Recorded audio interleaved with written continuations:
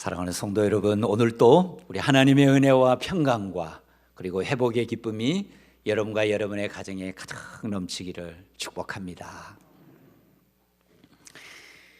지난 1월은 우리 그리스도인들의 마음의 회복에 대해서 말씀을 나눴고, 또 2월 달에는 우리 그리스도인의 정체성의 회복에 대해서 말씀을 나눴습니다.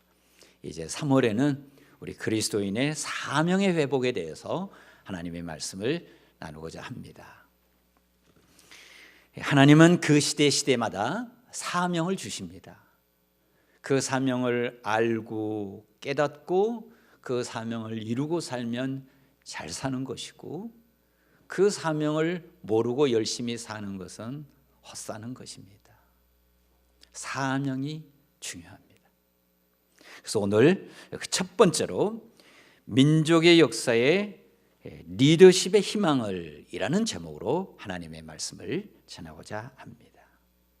제가 얼마 전에 한 집사님과 그리고 이제 두 아들과 함께 식사를 하게 되었습니다. 저는 아이들하고 만나면 항상 궁금한 게 있어요. 걔 어떤 꿈을 가지고 있는지 그게 궁금했습니다. 그래서 제가 물었어요. 내 꿈은 뭐니? 그래 물었더니 걔가 하는 얘기가, 네 목사님, 저는 대통령이 되고 싶어요. 그랬어요.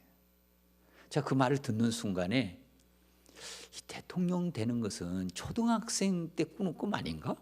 이런 생각이 제 마음을 스쳐가는 사이에 걔가 눈치를 챘나 봐요. 그러면서 제게 얘기하는 겁니다. 목사님, 정치인들이 이렇게 하면 안 되죠. 그래서 제가 그럼 어떻게 해야 되는데? 이랬더니 이 아이가 말이죠, 구체적인 사례를 쫙쫙 대면서 이야기를 하는데 이 중학생이 아니고 꼭 대학생 같아요. 이야, 대단합니다. 그래서 제가 밥을 먹으면서 그런 생각이 들었어요. 예, 틀림없이 대통령 되겠구나, 그런 마음이 들었습니다.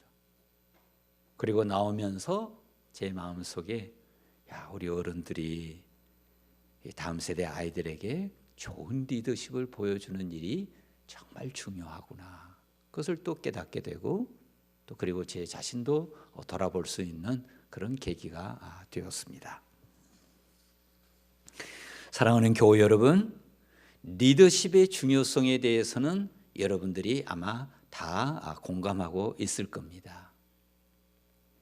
그 공동체에 미치는 가장 큰 영향력의 요인, 그것을 한 가지 꼽으라면 단연 리더십이 1번이죠.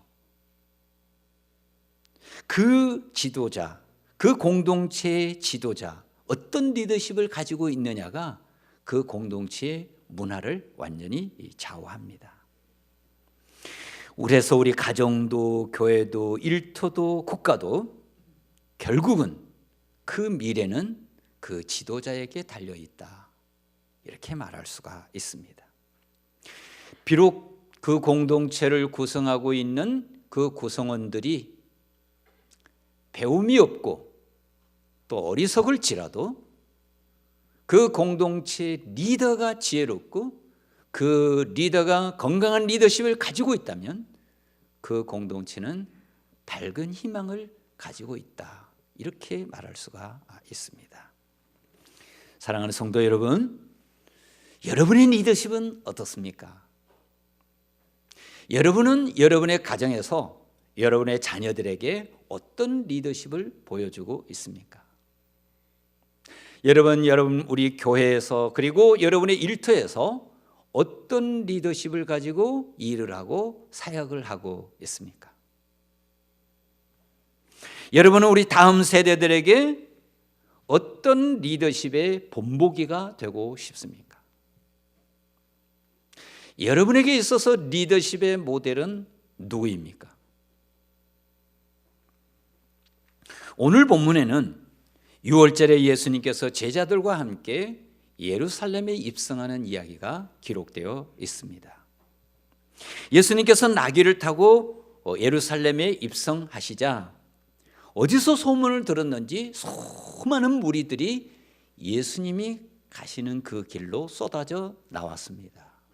그리고 종려나무 가지를 흔들면서 주여 우리를 구원하소서 호산나 호산나를 합창으로 불렀습니다. 이렇게 수많은 사람들의 환영을 받으면서 예수님이 예루살렘에 입성하게 되는데 뜻밖의 사람들이 예수님의 면담을 요청합니다. 이 사람들은 유대인이 아니고 헬라인들이었습니다. 헬라인들이 예수님을 만나자고 하는 겁니다. 이 말의 뜻은 지금 예수님의 이 행보가 온 세상에 주목이 되고 있다, 그것을 반영하고 있습니다.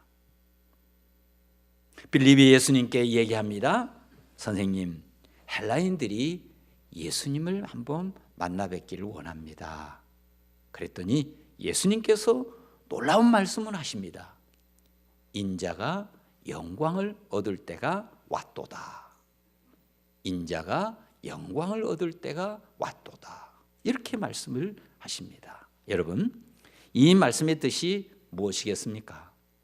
이 말씀의 뜻은 예수님께서 이제 온 세상에서 영광을 받게 될 때가 왔다는 것입니다. 그럼 영광이라는 단어가 뭐죠? 헬라어를 찾아보면 이 독사라고 하는 말인데 이 단어의 뜻은 가장 명예롭고 가장 존귀한 상태를 얘기하고 있습니다. 그러면 예수님께서 영광을 얻는다는 것은 무엇을 의미하는 걸까요? 마침내 예수님이 이스라엘의 왕으로 등극하는 것일까요? 더 나아가서 로마처럼 주변 나라들을 침략하여 더 많은 나라의 식민지를 얻는 걸까요? 그래서 더 많은 나라에서 더 많은 자원을 착취하고 수탈하는 것일까요? 그래서 이스라엘을 세계에서 가장 부강한 나라로 만드는 것일까요? 그래서 예수님이 인류 역사상 가장 위대한 지도자가 되는 것일까요? 여러분, 예수님이 영광을 얻는다는 것은 도대체 무슨 의미입니까? 1918년 미국의 윌슨 대통령이 민족 자결주의를 선언합니다. 윌슨 대통령은 장로고 목사님의 아들로 태어나서 청교도 정신으로 무장한 신실한 믿음의 지도자였습니다. 그가 대통령이 되었을 때 새롭게 알게 된 사실이 있습니다. 그것이 뭐냐면 전 세계 3분의 2가 식민지라는 사실이었습니다. 강대국들이 약한 나라를 침략할 때 침략해서 식민지를 만들고 그들의 자유를 빼앗고 그들의 자원을 수탈해가고 있었습니다. 그리고 식민지 백성들의 고통 너무 컸습니다. 그 고통의 소리를 들으면서 그는 통곡합니다. 그리고 그는 이 지구상에서 이 식민지가 사라져야 하나님의 나라가 이 땅에 임한다는 확신이 들었습니다. 그래서 그가 민족 자결주의를 선언하게 되는데 그 연설문에 보면 이런 내용이 들어 있습니다. 견딜 수 없는 불의와 무거운 짐으로 괴로워하며 신음하고 있는 식민지 백성들의 울부짖음을 우리는 이제 들어야 합니다. 하나님의 마음으로 세계를 바라보니 온 천지가 식민지요. 그 식민지의 백성들의 통곡과 고통의 소리가 하늘 높이 치솟고 있었습니다. 1907년 네덜란드 헤이그에 이준 열사가 고종의 밀사로 파견이 됩니다. 당시에 그곳에서는 만국평화회의가 열리고 있었습니다. 이준 열사는 세계 각국의 대표들이 모인 이곳에서 을사보조약이 일본의 강압으로 체결된 것이므로 무효라고 주장을 하면서 일본이 조선을 식민지화하려는 것을 막아달라고, 조선의 독립을 위해 서구 열강들이 도와줄 것을 호소하고자 했습니다. 그러나 안타깝게도 발언할 기회조차 얻지 못했습니다. 결국 그는 눈물을 흘리며 돌아서야 했고 그 통분을 이기지 못하고 순국하는 비극이 있었습니다. 여러분, 왜 발언할 수 있는 기회조차 얻지 못했을까요? 그 배후에는 식민지의 우두머리 일본과 영국과 불란서가 있었습니다. 서구 열강들은 겉으로는 평화를 추구한 것처럼 포장하고 있었지만 실제는 식민지 두목들이었고, 누가 더 많은 식민지를 차지하는지, 누가 더 식민지로부터 더 많은 자본을 수탈하는지 치열한 경쟁을 하고 있었습니다. 결국 우리는 우리의 주장을 펼 수도 없었고, 그래서 젊은이들은 꿈을 잃고 방황했고, 수많은 백성들은 살 길을 찾아 해외로 떠나는 사람도 많이 있었습니다. 우리는 더 이상 소망 없는 민족으로 전락하고 있었습니다. 그러나 오늘 우리나라가 어떻게 자유민주주의 국가로 이렇게 성장하게 되었을까요? 해외에 나가보면 우리가 대한민국 사람이라는 것을 알아봅니다. 그뿐만이 아닙니다. 많은 기업들이 한국에 와서 배우고자 합니다. 그뿐만이 아닙니다. 많은 사람들이 한국 영화를 보고 한국 드라마를 보고 많은 젊은이들이 한국어를 배우자 열망하고 있습니다. 일본에게 국권을 빼앗기고 언어를 빼앗기고 이름을 빼앗기고 살았던 민족이 어떻게 이렇게 축복받은 민족이 되었습니까? 여러분은 그 이유가 어디 있다 생각하십니까? 그것은 전적으로 우리 민족을 향한 하나님의 은총입니다. 우리 하나님의 은총이 아니고서는 설명할 길이 없습니다. 하나님이 우리 민족을 특별히 사랑하신 것입니다. 그럼 하나님은 우리 민족을 어떻게 사랑하시고 어떻게 은총을 베푸신 것입니까? 우리에게 드넓은 땅을 주셨습니까? 우리에게 엄청난 자원을 주셨습니까? 아닙니다. 그러면 하나님께서 우리에게 어떤 은총을 베푸셨습니까? 그 첫 번째는 예수님의 리더십을 가르쳐 주셨습니다. 예수님의 리더십을 우리에게 가르쳐 주신 것입니다. 예수님은 영광을 얻을 때가 왔다고 말씀하셨습니다. 예수님께서 얻게 될 영광이란 도대체 무엇입니까?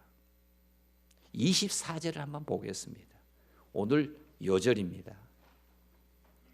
24절을 함께 읽겠습니다. 같이 읽습니다. 내가 진실로 진실로 너에게 이르노니 한 알의 밀이 땅에 떨어져 죽지 아니하면 한 알 그대로 있고 죽으면 많은 열매를 맺느니라. 아멘. 예수님이 말씀하십니다. 내가 진실로 진실로 너희에게 이르노니 한 알의 밀이 땅에 떨어져 죽지 아니하면 한 알 그대로 있고 죽으면 많은 열매를 맺느니라. 예수님께서 얻게 될 영광이 무엇입니까? 그것은 죽음입니다. 죽음이 영광이라는 겁니다. 희생이 영광이라는 것입니다. 어떻게 죽음이 영광이 될 수 있으며 어떻게 희생이 영광이 될 수 있습니까? 어떻게 해서든지 살아야 영광이지 어떻게 죽음이 영광일 수 있습니까? 사는 것, 죽는 것보다 사는 것이 영광이 아닌가요? 그런데 예수님은 분명히 말씀하십니다. 사는 것만이 영광이 아니라고. 죽는 것이 더 큰 영광이 될 수 있다고 주님이 말씀하십니다. 더 오래 사는 것보다 죽음을 선택하는 것이 더 영광이 될 수 있고, 더 많은 것을 쟁취하는 것보다 오히려 자기를 희생하는 것이 더 영광이 될 수 있다고 말씀하십니다. 여러분, 그 이유가 무엇입니까? 어떻게 그렇게 말씀하실 수 있습니까? 예수님은 말씀하십니다. 한 알의 밀이 땅에 떨어져 죽지 아니하면 한 알 그대로 있고 죽으면 많은 열매를 맺느니라. 한 알의 밀이 땅에 떨어져 죽지 않는다면 한 알 그대로 있다는 것입니다. 그렇습니다. 죽지 않으면, 땅에 떨어져 죽지 않으면 그대로 있습니다. 한 알 그대로 10년, 20년, 50년, 100년이 있어도 한 알 그대로 있습니다. 그러나 땅에 떨어져 죽으면 많은 열매를 맺습니다. 죽으면 많은 열매를 맺는다. 이것은 우리 주님의 가치관이요, 이것은 우리 주님의 신념이요, 이것은 우리 주님의 철학이요, 이것은 우리 주님의 리더십의 핵심입니다. 죽으면 많은 열매를 맺는다. 세상적인 리더십은 아닙니다. 약한 자를 더 지배하고, 더 착취하고, 더 통제하고, 더 빼앗고, 그래서 더 많은 것을 소유하는 것입니다. 그러나 예수님은 그렇게 말씀하시지 않습니다. 25절 한번 보겠습니다. 자기의 생명을 사랑하는 자는 잃어버릴 것이요, 이 세상에서 자기의 생명을 미워하는 자는 영생하도록 보존하리라. 자기의 생명을 사랑하는 자는 오히려 잃어버릴 것이고, 이 세상에서 자기의 생명을 미워하는 자는 오히려 영생하도록 보존하리라. 무슨 뜻입니까?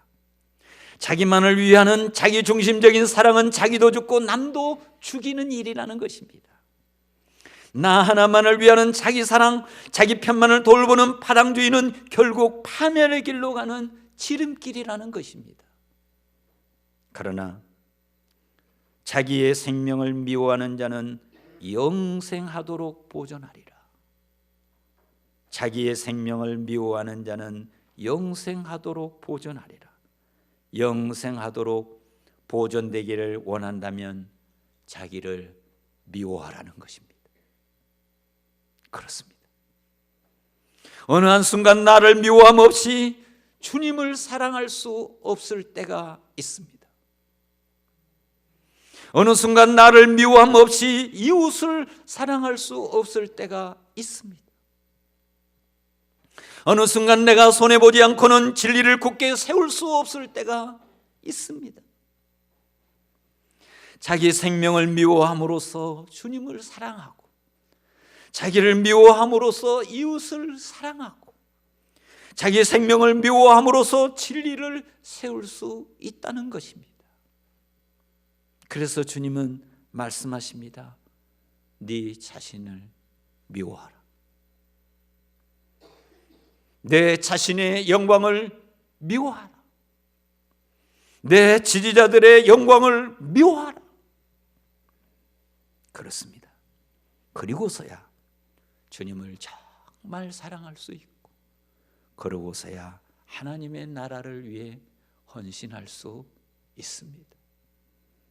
우리 주님은 당신이 하신 말씀 그대로 자신을 미워함으로 그 생명을 기꺼이 내어드려 한 알의 밀알이 되셨습니다. 그래서 우리 주님은 그 말씀 그대로 자기의 생명을 기꺼이 내놓으셨고, 십자가의 길을 걸으셨고, 수많은 고난을 당하셨고, 무덤에 묻히셨고, 그리고 부활하셨습니다. 그래서 죽어가는 수많은 영혼들을 다 살려내셨습니다.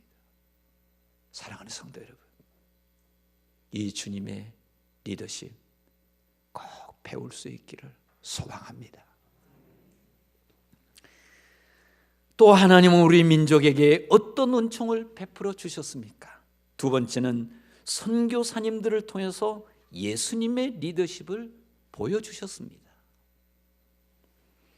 이 땅에 복음을 들고 오신 선교사님들은 정말 훌륭한 분들입니다.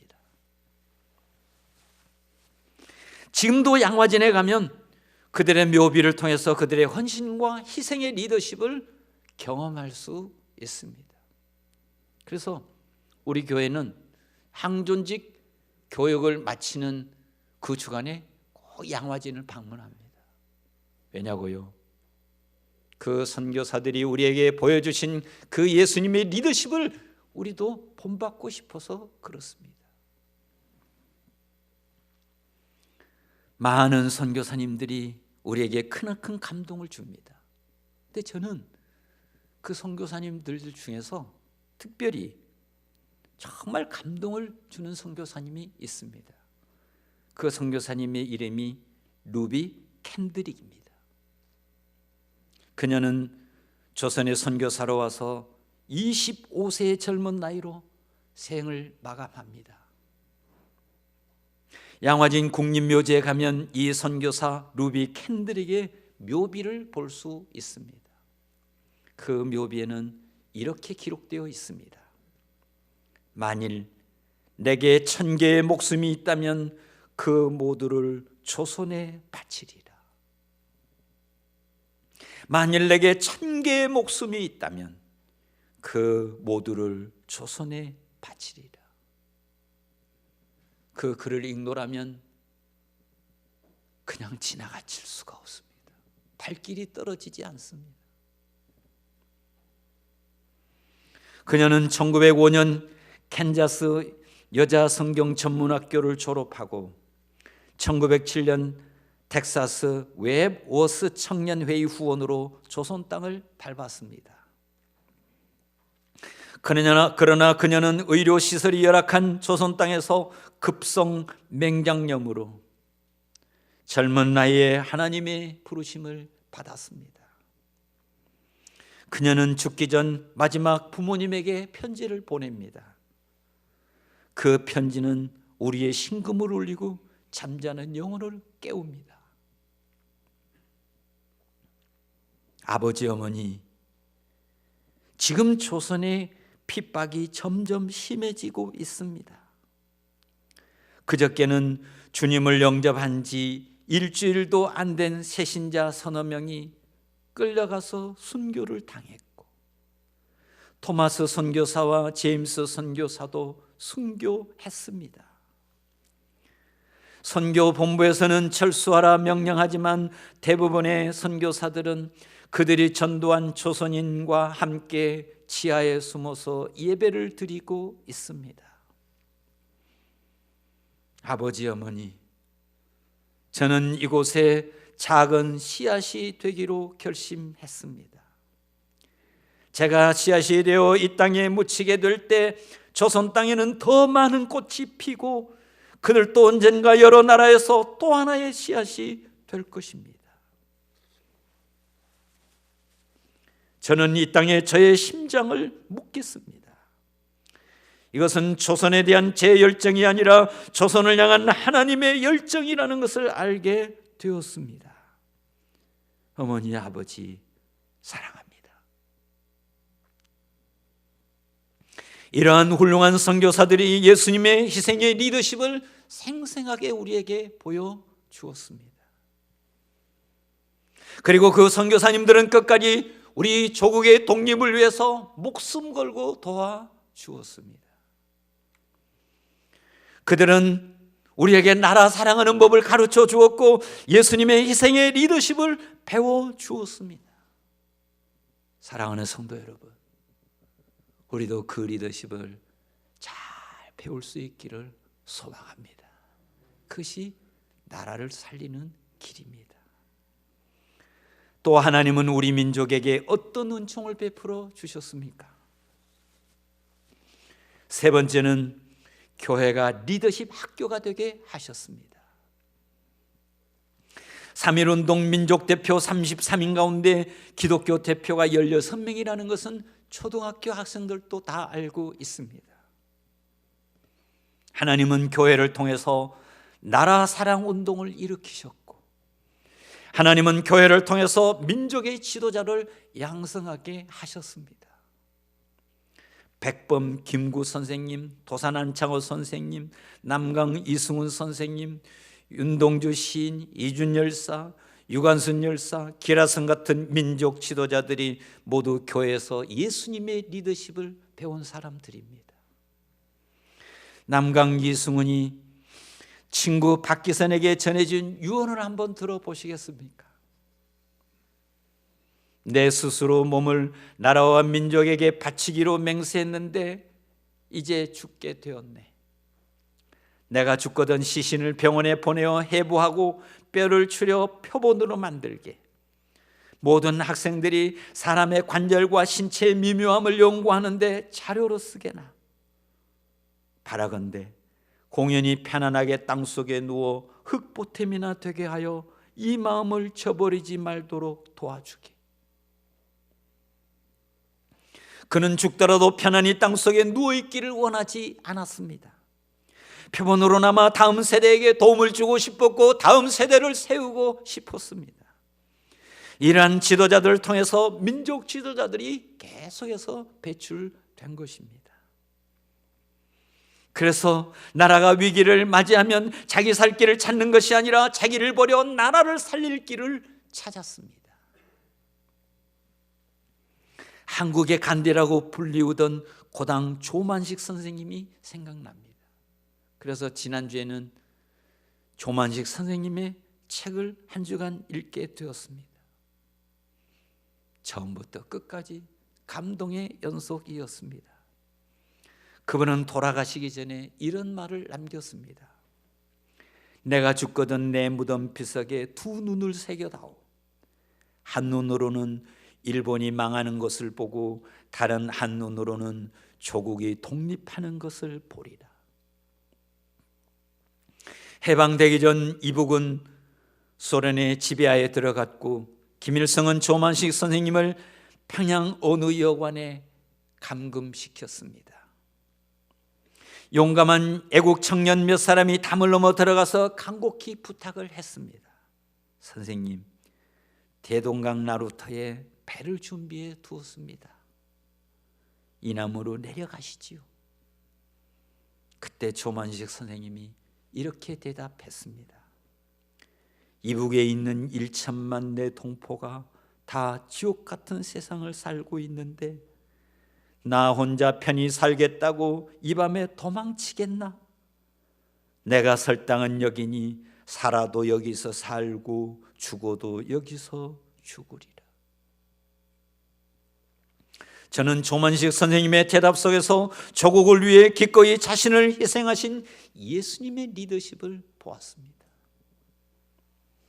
조국의 해방을 위해 죽음의 길을 선택했던 윤봉길 의사를 아시죠? 그가 세상을 떠나기 전에 이런 유언을 남겼습니다. 고향에 계신 부모, 형제, 동포여, 더 살고 싶은 것이 인간의 정입니다. 그러나 죽음을 선택해야 할 오직 한 번의 가장 좋은 기회를 포착했습니다.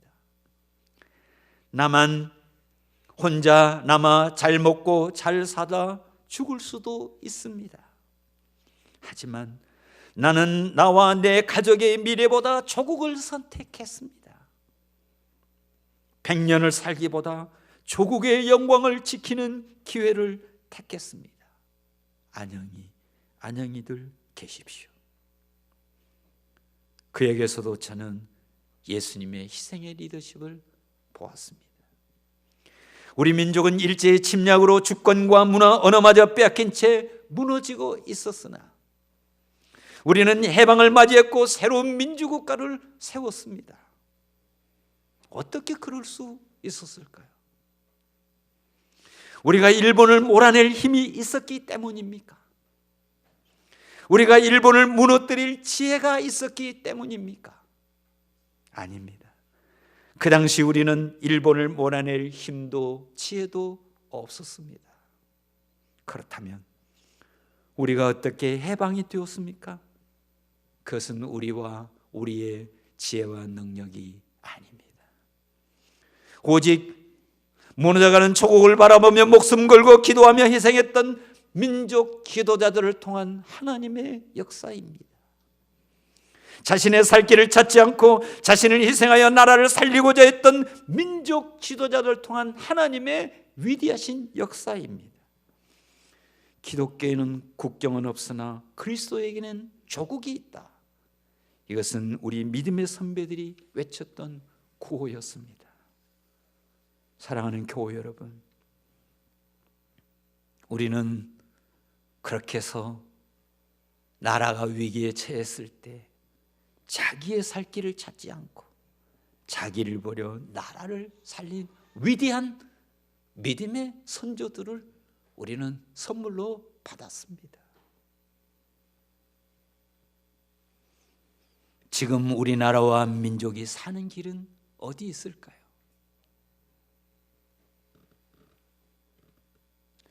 우리가 어떻게 하면 10년, 20년, 100년 후에 자랑스러운 대한민국을 우리 다음 세대에게 물려줄 수 있을까요? 과거 한국 교회가 우리 민족의 역사에 기여한 것이 무엇입니까? 지금 우리 교회가 우리 민족의 역사에 어떻게 기여할 수 있습니까?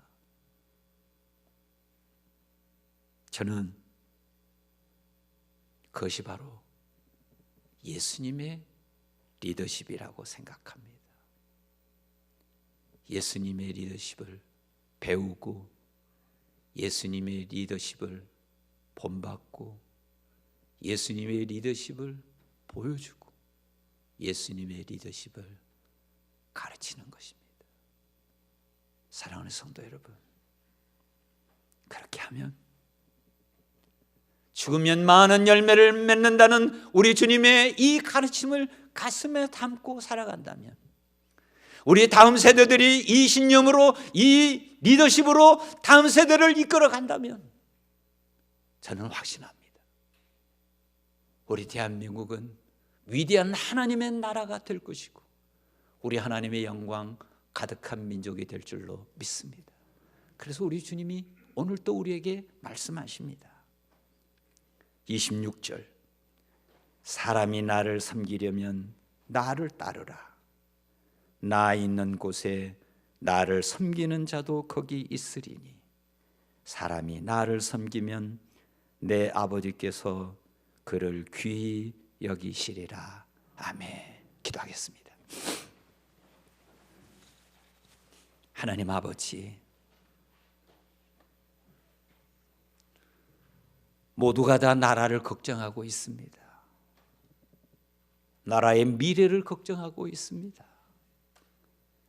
우리가 어떻게 이 민족의 역사에 기여할 수 있습니까? 우리 교회가 어떻게 이 민족의 역사에 공헌할 수 있습니까? 하나님, 정신 바짝 차리고